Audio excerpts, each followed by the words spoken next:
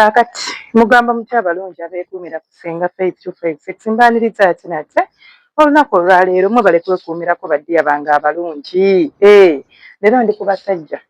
Mwana muwala yaŋŋambye nti Ssenga Faith nina ka audio ko ke nnawulira ng'osomesa ku bakyala simanya bajja ensonyi mu kisenge.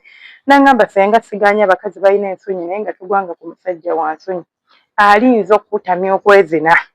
Kakati abasajja ate musimanyi gye mwakijja. Anyways, ebimu ku bireetera abasajja ensonyi mu kisenge okubeera ng'oluusi teyekkiririzaamu akasolo katini. Kale nze nno n'okuba nga si katini, nze nabagamba bino ebintu by'okuba nti akasolo ko katini. Kwata olukoba okapime muve ku bakazi bye babagamba. Abakazi abamu baawuukuuka nga ye muwanvu, yamanyiira mikira miwanvu, kati ggwe ng'akaka akalabanga aka bbebi. Naye ng'ekituufu si ka bbebi nga kasolo ko kawera. Naye olw'okuba nti munnange ye yamanyiira inchi 7-8 gwewa inchi 5, tolina ky'omukolako. Weekwate weepime wekkiririzeemu omanye nti ako ke nnina. Muva ku bakazi bajja basuula eddalu. Omusajja yenna olaba omukazi osobola omugamba ekigambo n'otamubuluzinga nnyo oba n'otamulumya nnyo nga musajja. Ng'oyogedde ku mmana ye omukazi osobola omugamba ekintu n'akitwala bw'atyo bw'atyo. Naye olaba omusajja naye bamukiina bukiinyi nti tolina maanyi ga kisajja tomalaako bulijjo nkuyamba buyambi neefuula nti mpoomerwa. Neefuula nti mpoomerwa naye siwoomerwa tomanyi na kuzina mmana. Omusajja banaye kirinza omumalako emirembe n'abuuza yakyogeza busungu oba kyaddala n'omugamba aleka yakyogeza busungu. Era mu abakyala waliwo ebigambo bye mutalina kugamba basajja naye awo si we tuli ku nsonga ya nsonyi. Abasajja ekintu ekikyasinza okuwoomera omukazi oba ekintu ekikyasinza okunyumira omukazi mu kwezina kwe kubeera ng'emmana yo ogizina with confidence. Tonkwatako ng'ojugumira, tonjugumiriramu. Ojugumirira otya mu mmana y'omukazi ng'olinga omukadde nti tolina maanyi? Olaba n'omukadde asinziira n'agizina. Bwe tobalaba ab'emyaka 60-80 nga bali ku buwala bwa myaka 25 naye nga tekajula nga munne waako akakwata bulungi. Abo abasajja balaba banoonya eddagala ly'amaanyi g'ekisajja ne bazina emmana with confidence. Ng'ate ne gundi n'embolo gy'asonsekayo yonna eriko enkanyanya. Naye ggwe Katonda yakuwonda, olina omukira mulungi, bulabika bulungi, naye kuba munnange baakugambako nti tomalaako, oluusi weegezaamuko ne bigaana, ekyo mukikkirize kijja kubaawo leero enkya luli. Ku buli musajja ajja kirozaako. Olunaku lujja kkeera ku makya nga tolina maanyi. Nga just oli bw'otyo out of the blue. Kasolo kagaana okuyimirira, kagaana okubaako bye kakola, nga naye oli nnomo. Tekitegeeza nti toli nnomo. Oli nnomo. So mulekerawo okubeeraawo nga mwemalako emirembe n'obusolo ne sayizi z'obusolo otuuka okuzina omukazi ng'olinganga oba akola biki nga byokola bya kijjega bya kifala tebinyuma tebirabikako. Omukazi atuuka ekisala n'agamba bannange nze nabagamba abakazi abo mubalaba. Omukazi ffe tunyumirwa okwezina. Kozi ng'omukazi alina kizibu ali ku family planning, bw'aba tali ku family planning gundi amumazeeko emirembe stress. Naye wekiba nga seekyo teri mukazi akulima ate tayagala kumuzina. Tunyumirwa okwezina kuba bitunyumira. Bibanyumira nga nange mwendi nga nabo mwebali abo abeefuula nti ebibanyumira bibanyumira. Naye bw'olabanga mukazi wo nga bw'omukwatako yeebuzaabuza waliwo ekikyamu ekikuliko. Ate ekikyamu si sayizi yo era togyeraliikirira. Sayizi yo si kyekikyamu. Ekikyamu kiri ku ggwe ng'omuntu.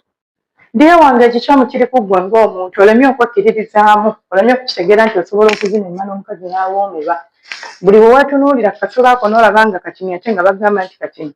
N'otuuka mu mmana n'ofugitinga, n'otuuka mu mmana n'otandika okwekolaakola eby'ekifala, omukazi n'atuuka ne yeetamwa. Naye kumanyi kyekitegeeza omusajja tayagala mulaba, tayagala kukola ati mukyeko amataala. Mugamba I'm not comfortable mu ttaala. Simple. Lijjeeko munnyonnyola ensonga. Gamba amataala ago galina engeri gye gakudistractingamu. Instead of okubeeraawo nga weebuzaabuza ate oyiga okubeera confident, oyiga okubeera ng'osobola okubeera n'obukodyo. Omukazi mukube ku lugalo, omukazi munuuneko. Bino bimudistractinga naddala mu abalina obusolo obutini. Bimudistractinga okufokasinga ku mukira gwo gwokka nti gwe gwatunuulidde. Tagenda nagutunuulira n'oguloboozaako. Kati kankuwa scenario. Tubadde tugenda mu kwezina. Nompeeweeta, nonkoonakona ku misina eno yonna. Kugamba nze nnyimya ne mmalayo. Ogenda okunnyingiranga n'obudde obutunuulira omukira gwo ndabe sayizi gy'olina. Si buyina. Kubanga mba nnyinyi naze mpulira njagala kintu kimu kye njoya kunnyingira kunzina kubeera nga mmala. Si bya nkuddawo mbw ate ntunuulira omukira gwo ate sayizi olinammeka. Naye kati ekyomwe kye kibalema. Otuukayo toyagala kweyambula, weeyambula bw'etya.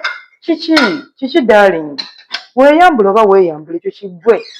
ate omulage nti ngenda kuzina ate ngenda kunyumirwa.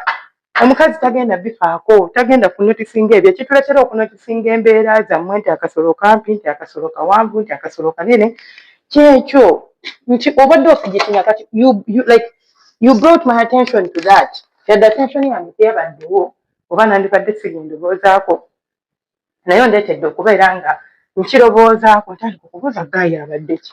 Alina obuzibu oba? Wano mu kubuuza Gaaya abadde ki ekivaamu lwe ngenda okutegeera nti Gaaya alabika bannange akantu tekajjira bulungi oba akantu tekaliimu maanyi. Omukazi tasobola kutegeera nti tolinaamu maanyi mu kasolo nga tomugize nnyo bw'otyo nga tofigitinze, tasobola nze nkubuulira. Naye wekiba nga si ekyo agenda bizuula ate agenda bitegeera ate ogenda kubeera ng'omutama nga takuwoomerwa. So please muyige okubeera nga abantu bammwe, sorry about that. Sorry. Muyige okubeera nga woba olina omukwano gwo oba ng'olina omukazi mu kikolwa ky'omukwano omanyi okwasaganya ebintu ebyo. Mulekeraawo okubeera nga gw'oba n'omuntu tosobola kukitegeera nti omuntu gwendi naye mu mukwano tasobola kubeera nga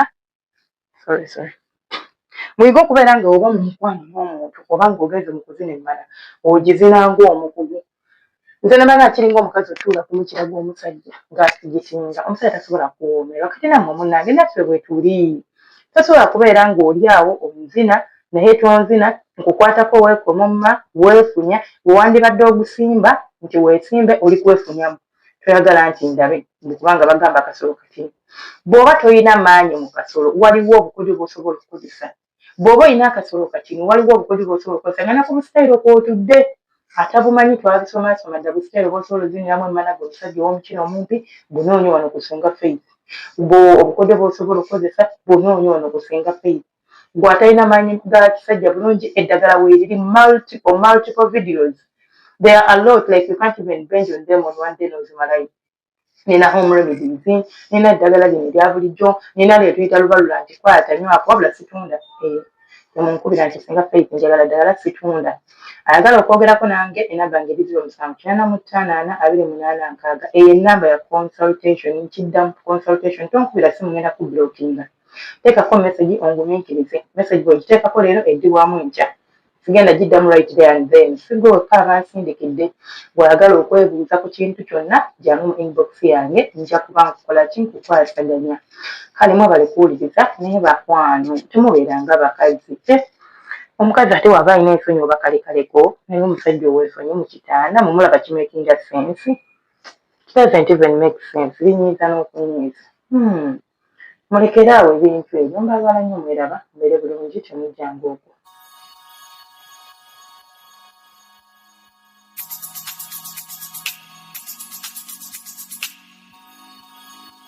Yeah.